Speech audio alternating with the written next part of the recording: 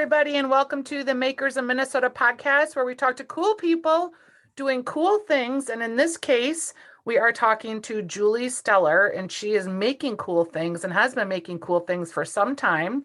And we have an update on her business because she's just moved and expanded. Julie, you probably don't even know this, but during the pandemic, I drove to your house and I bought cloth masks from your front porch. Oh, that makes me happy. It was beginning in the pandemic and masks were in short supply, and you do what smart, awesome makers do and like find a niche and just keep going. And I went to your house over, and I think Powderhorn was your neighborhood.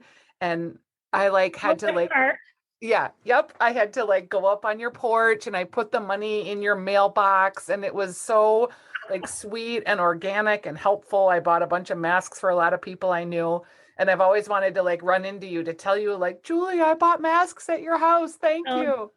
that's just great. Wasn't that amazing? Yes. Yeah, think of it. We couldn't find masks anywhere.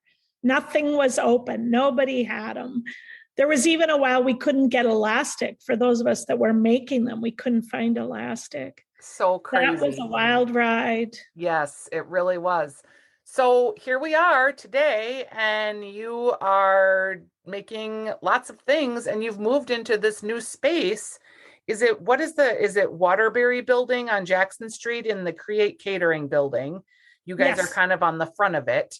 So get Yep. us caught up on what's happening.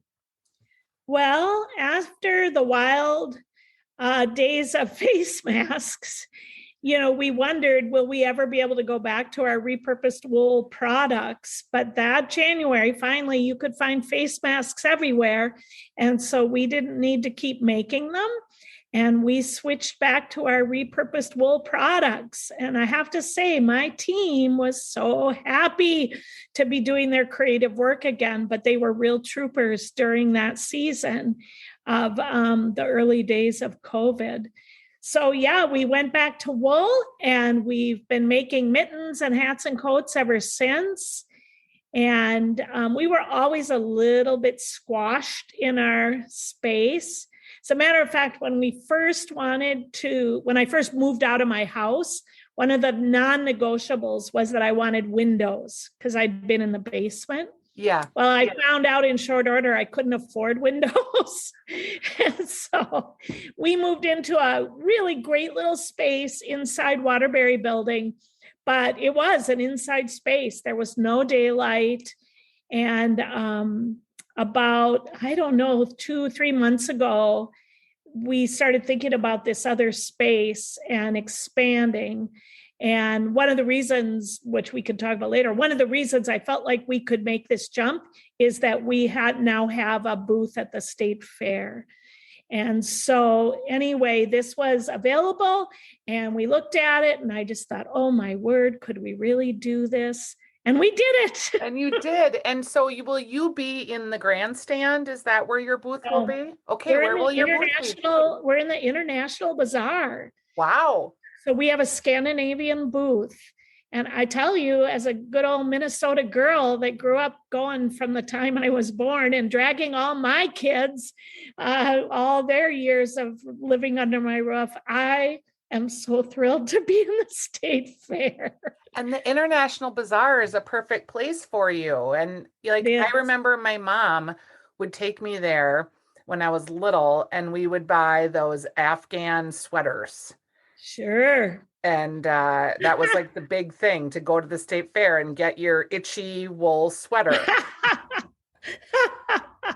We may be using a higher quality of wool, which does reduce its itchiness. Yes. But we have lots of other things too.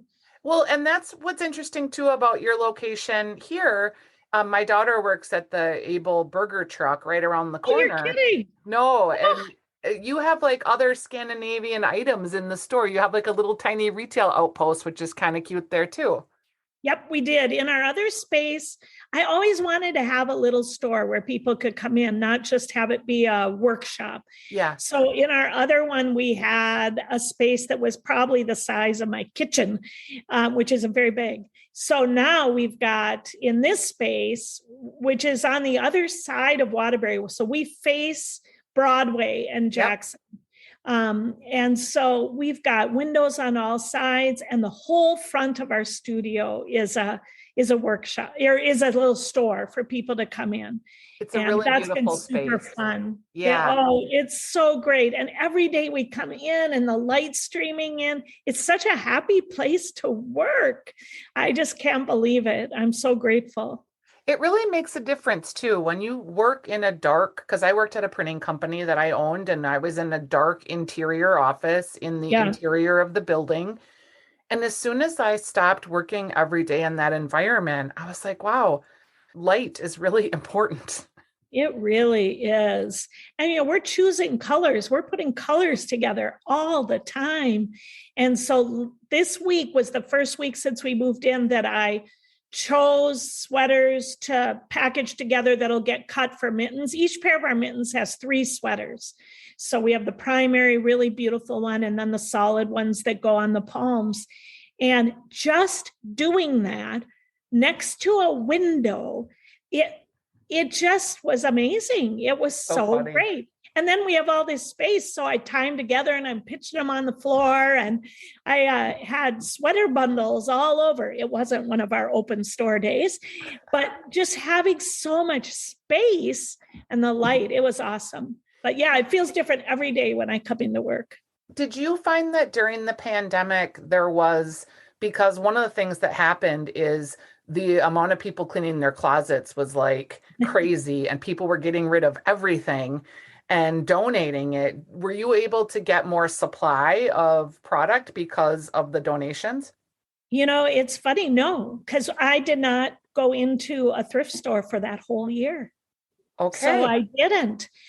But I did once we got, 8 weeks before the fair, we got the invitation.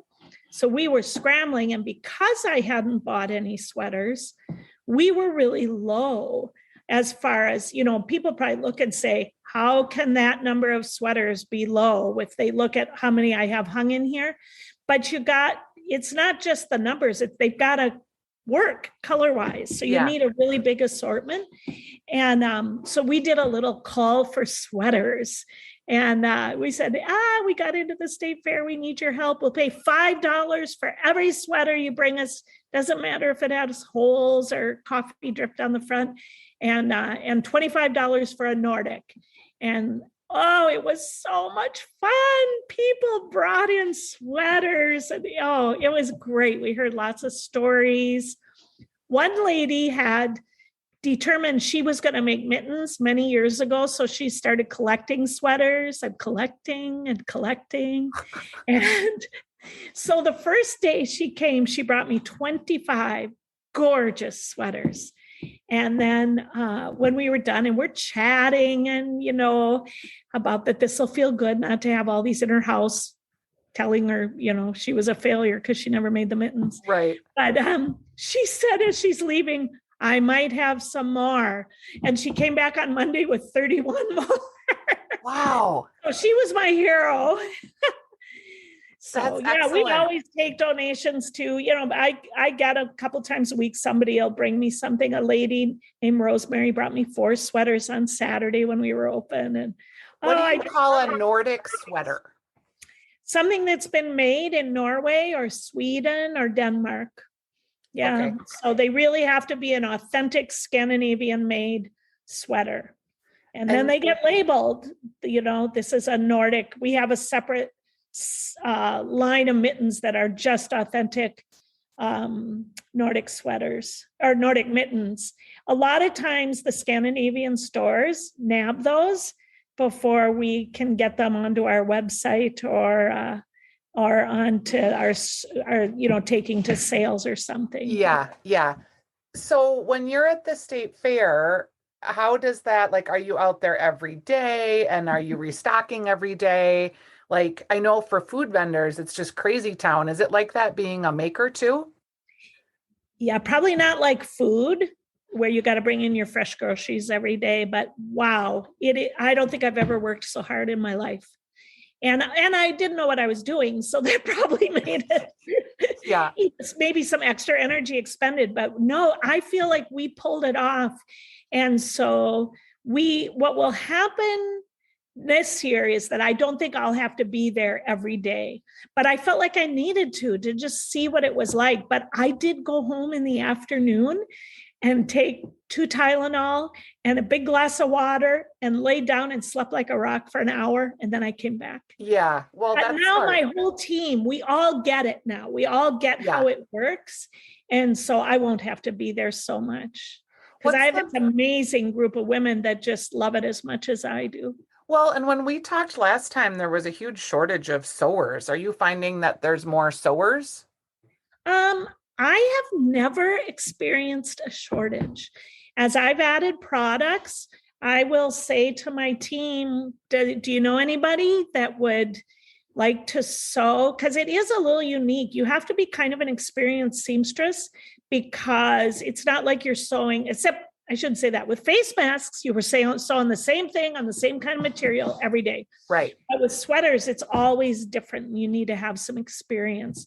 But usually by word of mouth, or if I've gone on something like this, someone will hear it and say, "Ooh, I'd like to work for Stellar Goods," and they'll reach out to me. Then I keep it on a list. And so I have 3 sewers that I've hired in the last 18 months that were people that reached out to me. Wow, And you're so lucky. they're just brilliant. They're Yeah. just so great. But it's kind of unique. It's a different kinds of products. And also you're working at home. You have to be able to come and go, deliver and pick up. But of course, those are the benefits too. It's totally flex. And So all several of your my sewers sewers are retired ladies, but several are young women that are either adding to another job or they just need part-time work. Maybe they've got kids at home. I mean, our team is made up of every kind of life spot you can think of. so all your sewers are working from home. Yes. Yep. So I tell have me one how that assistant. works. I have one assistant, Kalia, who works in the shop with me, and she does all the shipping and she can also sew up a storm. So she can kind of do everything. And then all the other team, they all work at home. So they'll come in. I have one lady that does almost all the cutting. So she's the Wonder Girl, and she'll take all those bundles of sweaters I told you about. She takes those home. She cuts the mittens. They come back in little stacks with their palms and their backs and their cuffs. And then the 2 mitten ladies come in and pick up those stacks, pick up the fleece that someone else has cut. And then they go home. And in a week or 2, they come back with a bin of mittens. And then we choose the buttons, and the button lady comes and picks them up, and she sews those buttons on the mittens and then brings them back in, and then they're finally done. I love it. It's one of the reasons we have so few seconds is because there's so many eyes on each product. But everybody loves their part of the job. So the cutting lady will come and say, "Oh, these are so beautiful." And then the mitten gals will say, "Oh, this batch was so great." One day, the gal that does the cutting looked at a stack of mittens on the table that were waiting for their buttons. And she said, "Oh, my children, I knew you would turn out well."